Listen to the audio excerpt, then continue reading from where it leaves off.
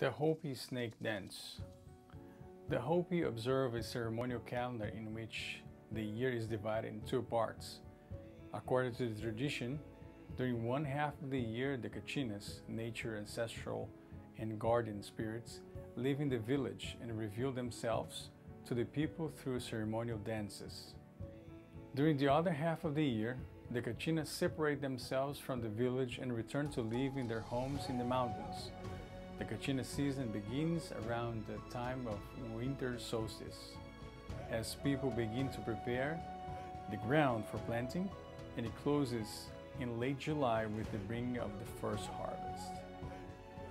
The snake dance, held every 2 years by the Native American Hopi tribe, dates back to the earliest era of human life in what is now the southwestern United States.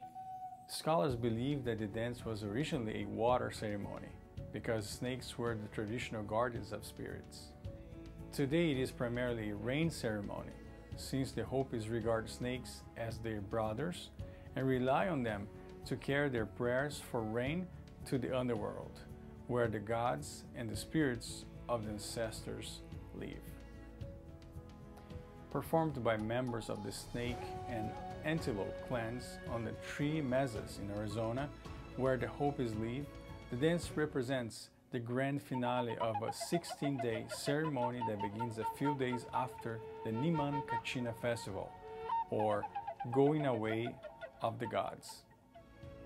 Preparations for the dance take place during the last 9 days, and they include making the pehos, or prayer sticks, designing the sand painting, and building an altar around the painting that includes bowls of water from a sacred spring, green corn stalks, and trailing vines of melons and beans, all symbolic of the rain that is needed for the survival of the Hopis and their crops.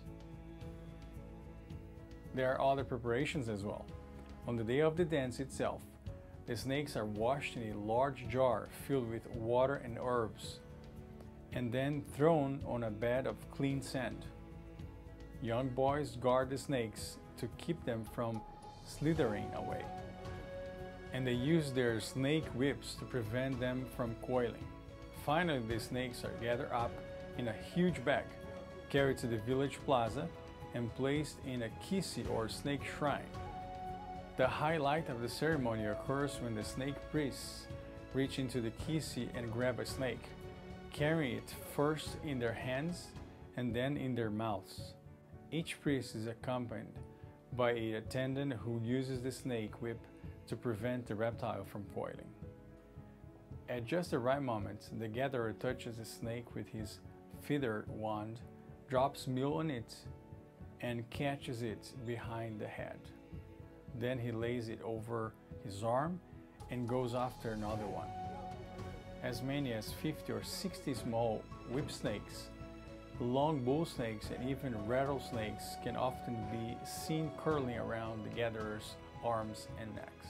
Then the snake priests dash in, scooping up armful of snakes, and rush out of the plaza.